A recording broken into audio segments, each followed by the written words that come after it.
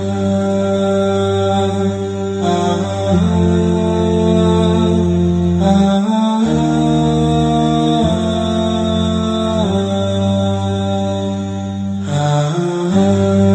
کے اخلاق کیسے تھے؟ تو حضرت عائشہ صدیقہ رضی اللہ تعالی عنہ فرماتی ہیں کہ قرآن یہ آپ علیہ السلام کے اخلاق تھے. جیسا کسی کو دیکھنا ہو کہ چلتا پھرتا قرآن ہے، یعنی جو احکامات خداوندی قرآن کریم میں بیان کیے گئے ہیں وہ سارے کے سارے پریکٹیکلی طور پہ اللہ کے نبی علیہ السلام کی ذات گرامی میں موجود تھے. آپ صلی اللہ علیہ وسلم نے ارشاد فرمایا انما بعثت لاتمم مکارم الاخلاق، کہ میں تمہارے اندر جو مبعوث ہوا ہوں، میں جو بھیجا گیا ہوں، میں تمہارے اندر جو آیا ہوں رسول بنا کر، میں خاص طور پر تمہارے اخلاق کو مکمل کرنے کے لیے بھیجا گیا ہوں. انما بعثت، میں بھیجا گیا ہوں، لاتمم، تاکہ میں تمام کروں، مکمل کروں، کمال درجے تک پہنچاؤں، مکارم الاخلاق، اچھے اخلاق کو. اچھے اخلاق یہ کیا ہے؟ اگر ہم سادے سے انداز میں اس کو سمجھنا چاہیں تو 5 ارکان اسلام ہے: توحید، روزہ، زکوٰۃ، نماز، حج. اب یہ سارے پلرز آف دا اسلام ہے، اس کے بغیر تو کوئی چھت کا تصور نہیں ہے. جب کبھی انجینئر کسی بلڈنگ کے بنانے کا ایک پلان تیار کرتا ہے تو کہاں کہاں پر پلرز ڈلیں گے اس چیز کو بیان کرتا ہے. بھئی ادھر ادھر ادھر ادھر، اس پہ چھت ٹھہرے گا. لیکن کبھی بھی کسی 5 ہو یا 10 ہو یا 100 ہو، صرف اور صرف پلرز کو بلڈنگ نہیں کہا جاتا، اور اس کی دیواروں کو گھر نہیں کہا جاتا. اس میں انسان آرام نہیں کر سکتا.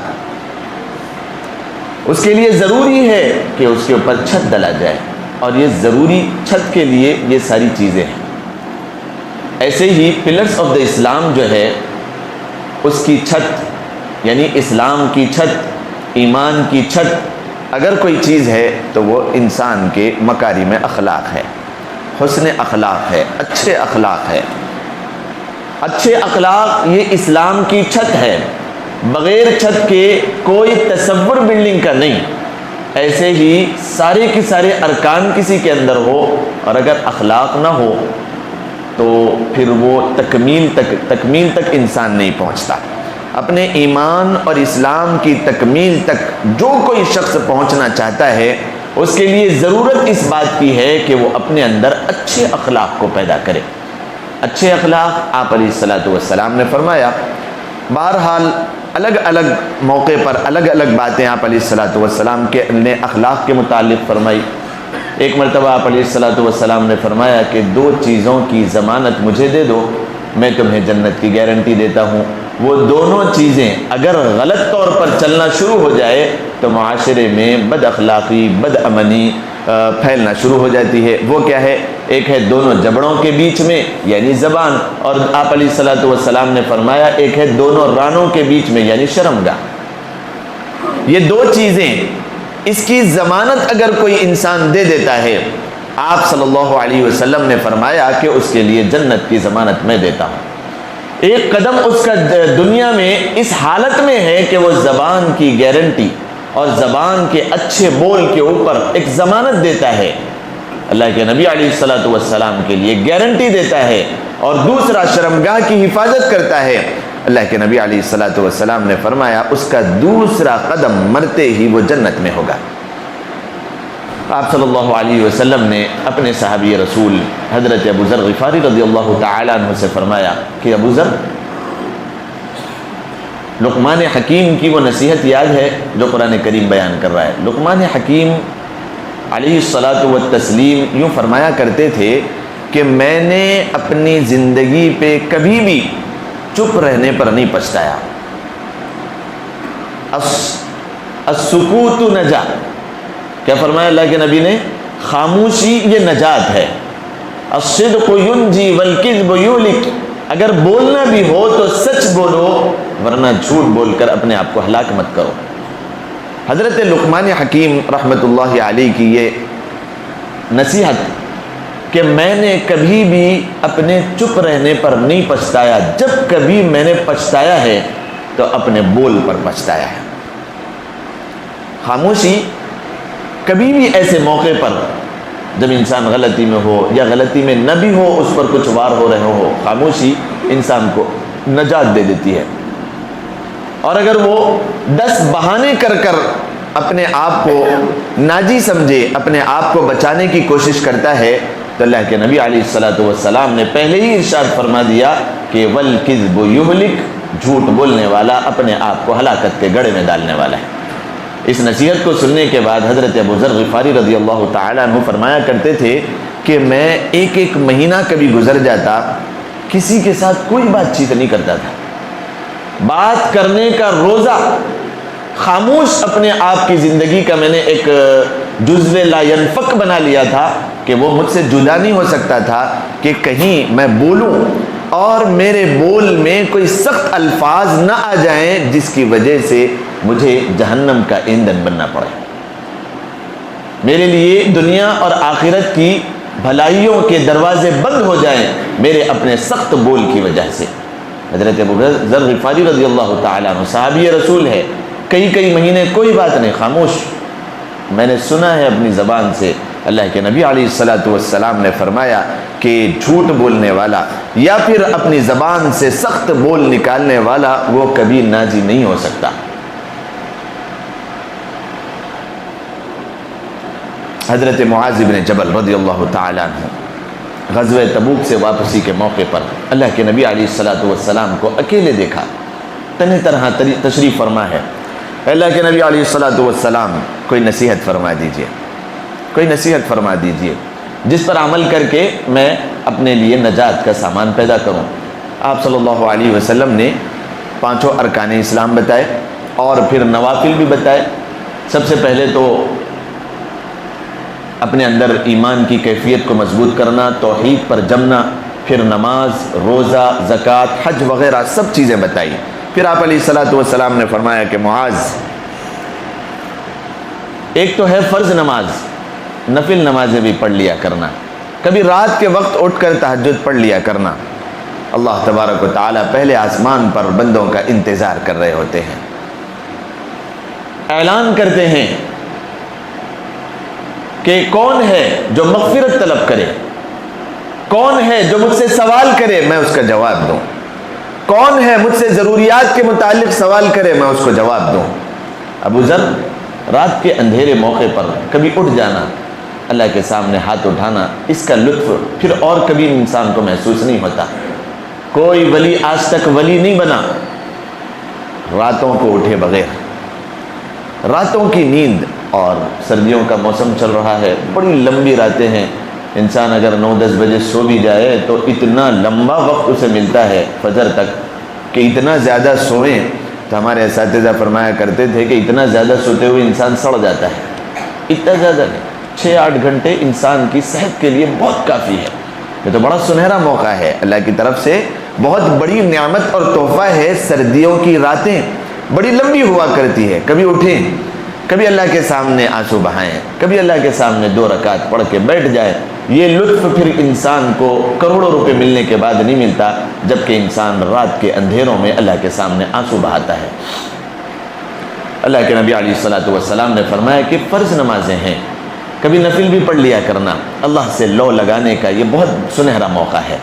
آپ صلی اللہ علیہ وسلم نے فرمایا کہ معاذ، فرض روزے تو ہیں ہی جو ہم رمضان میں رکھتے ہیں، کبھی سال بھر میں پیر جمعرات کا اللہ کے نبی علیہ الصلوۃ والسلام روزے رکھا کرتے تھے، روزے رکھ لیا کرنا، الصوم جنہ، یہ جہنم سے ڈھال ہے۔ معاذ، زکوٰۃ ایک فرض تو ہے ہی، زکوٰۃ ادا کرنا، اس کے علاوہ نفل جو صدقہ و خیرات کیا کرتے ہیں وہ بھی کبھی کسی موقع پر دیکھ کر چن کر لوگوں کو کیا کرنا، کرتے رہنا، اللہ کی راہ میں خرچ کرتے رہنا۔ کبھی کسی نابینا کو دیکھ لیے، اس حالت میں نہیں دیکھنا کہ بہت اچھا ہے میں اس کو کیوں دوں۔ کبھی غور اس بات کا بھی کرنا کہ میں بھی مستحق نہیں تھا کہ اللہ تبارک و تعالیٰ کی اتنی نعمتوں کو میں حاصل کر سکوں۔ اللہ تبارک و تعالیٰ نے مجھے اتنی نعمتوں سے نوازا ہے، میں بغیر کسی استحقاق کے اللہ سے اتنا لے سکتا ہوں، تو بغیر کسی استحقاق کے کسی اور کو کیوں نہیں دے سکتا ہوں؟ غریب کو دیکھیں، نابینا کو دیکھیں، لنگڑے لولے کو دیکھیں، کسی فقیر کو دیکھیں، بلا جھجک جیب میں ہاتھ ڈال کر جو چاہے اس کو دے دیں، دیتے رہیں، دینے کی عادت بنائیں۔ معاذ، فرض زکوٰۃ تو ہے ہی، نفل صدقہ و خیرات کیا کرنا جہنم کی آگ سے انسان بچنے کا بہترین ذریعہ ہے، دنیا اور آخرت کے بھلائیوں کے حاصل کرنے کا بہترین ذریعہ ہے، اللہ تبارک و تعالیٰ سے تجارت کرنے کا بہترین ذریعہ ہے، اللہ کی راہ میں خرچ کرتے رہنا۔ یہ ساری چیزوں کے بعد اللہ کے نبی علیہ الصلاۃ والسلام نے فرمایا کہ معاذ، میں نے سارے اسلام اور ایمان کا بادشاہ تمہیں بتاؤں؟ ایمان اور اسلام اللہ کے نبی علیہ الصلاۃ والسلام نے 10 نصیحتوں میں ارشاد فرما دیا، 10 نصیحتیں فرمائی، 10 نصیحتیں، 5 فرائض اور 5 اسی کے نوافل۔ زکوٰۃ فرض ہے، اس کو نفل اور صدقہ خیرات بھی کرنا، نماز فرض ہے، اسی کی نفل نوازے کبھی تہجد بھی پڑھ لیا کرنا، روزہ فرض ہے رمضان میں، اس کے علاوہ سال بھر میں کبھی رکھنا۔ یہ ساری چیزوں کے بعد اللہ کے نبی علیہ الصلاۃ والسلام نے فرمایا کہ معاذ، میں تمہیں ملکی کل شیء، کیا فرمایا اللہ کے نبی نے کہ میں ساری باتوں کا بادشاہ بتاؤں؟ خلاصہ نہیں فرمایا، اگر خلاصہ فرماتے کوئی بات ہم اگر کر رہے ہوں تو اس کا خلاصہ ہوتا ہے، مورل آف دا سٹوری جس کو کہا جاتا ہے، اللہ کے نبی نے یوں نہیں فرمایا کہ میں ساری بات کا بادشاہ بتاؤں۔ کیوں فرمایا بادشاہ؟ بادشاہ کیوں فرمایا؟ کہ بادشاہ اگر کسی وزیر یا پھر کسی عام انسان کا دوست یا قریبی بن جائے تو ساری رعایا اس کی ہو جاتی ہے، سارے وزراء اس کے حکم کے تحت کام کرتے ہیں، سارے خزانے اس کے ہو جاتے ہیں، اور ساری چیزوں پر چلن اس شخص کا ہو جاتا ہے، جبکہ بادشاہ اس کا قریبی ہو، اس کا ماتحت ہو، اس کے انڈر کنٹرول ہو۔ اللہ کے نبی علیہ الصلاۃ والسلام نے فرمایا پورے ایمان، پورے اسلام، پورے دین کا بادشاہ بتاؤں؟ معاذ ابن جبل رضی اللہ تعالیٰ نے فرمایا کہ اللہ کے رسول علیہ الصلاۃ والسلام، اجل یا رسول اللہ، جلدی بتا دیجئے اللہ کے رسول علیہ الصلاۃ والسلام، تاکہ میرے لیے ایمان اور اسلام پر چلنا آسان ہو جائے۔ اللہ کے نبی علیہ الصلاۃ والسلام نے اس طریقے سے زبان نکال کر بتایا، زبان 2 انگلیوں میں آپ نے زبان کو پکڑا اور نکال کر کے بتایا کہ یہ ہے سارے ایمان اور اسلام کا بادشاہ۔ اگر یہ کسی شخص کی حفاظت میں ہو گئی، اس کے لیے ایمان اور اسلام پہ چلنا آسان ہو جائے گا۔ یہ کسی کے حفاظت میں ہو گئی تو پھر سارے ارکان اسلام اس کے لیے آسان ہے، انسان کا زندگی گزارنا اس کے لیے آسان ہے۔ اللہ تبارک و تعالیٰ کی فرما برداری کرتے ہوئے اللہ کی رضا حاصل کرنا اس ایک چیز کے ذریعے بہت آسان ہے۔ آپ علیہ الصلاۃ والسلام نے فرمایا سارے ایمان اور اسلام کا بادشاہ۔ حضرت معاذ بن جبل رضی اللہ تعالیٰ عنہ نے اپنے لیے ایک اور آسانی فرمائی۔ کیا فرمایا؟ سوال کیا، اللہ کے رسول صلی اللہ علیہ وسلم، کیا زبان کے بڑے بول یا زبان کے گندے بول یا زبان کے سخت بول پر بھی ہمیں جہنم کا ایندھن بنایا جائے گا، ہماری پکڑ ہوگی؟ آپ صلی اللہ علیہ وسلم نے فرمایا کہ اے معاذ، ثقلت کا امک یا ابن جبل، اللہ کے نبی علیہ الصلاۃ والسلام کے الفاظ یاد آ رہے ہیں، ثقلت کا امک یا ابن جبل، اے ابن جبل، اے معاذ ابن جبل، تیری ماں خاک آلود ہو۔ میں تو تجھے بڑا ہوشیار سمجھدار سمجھ رہا تھا، تو دیکھے گا قیامت کے دن سب سے زیادہ انسان کو جہنم میں دھکا دینے والا عمل یہ زبان کا بڑا بول ہوگا اور زبان کا گندا بول ہوگا، زبان کی سختی ہوگی۔ سب سے بڑا، سب سے زیادہ جو جہنمی ہوں گے آپس میں پوچھیں گے کہ کیوں تو جہنم میں ہے؟ وہ کہے گا کوئی اور چیز نہیں، کوئی اور وجہ نہیں، کوئی اور وجہ نہیں، زبان کے بڑے بول، زبان کے گندے بول، زبان کے سخت بول۔ زبان ہی ایک ایسا آلہ کار ہے کہ آج کل کیا رائفل وہ زہر پلا سکتے ہیں، اور زہر میں کیا وہ اثر ہے، اور کیا توپوں اور بندوقوں میں وہ اثر ہے جو ایک انسان کی زبان میں ہے، سارے جسم میں آگ لگا دیتی ہے۔ سامنے والے کے سارے صبر کو توڑنا ہو تو زبان کے گندے بول اور بڑے بول کے ذریعے وہ کام کر سکتے ہیں جو کئی حکومتوں نے نہیں کیا.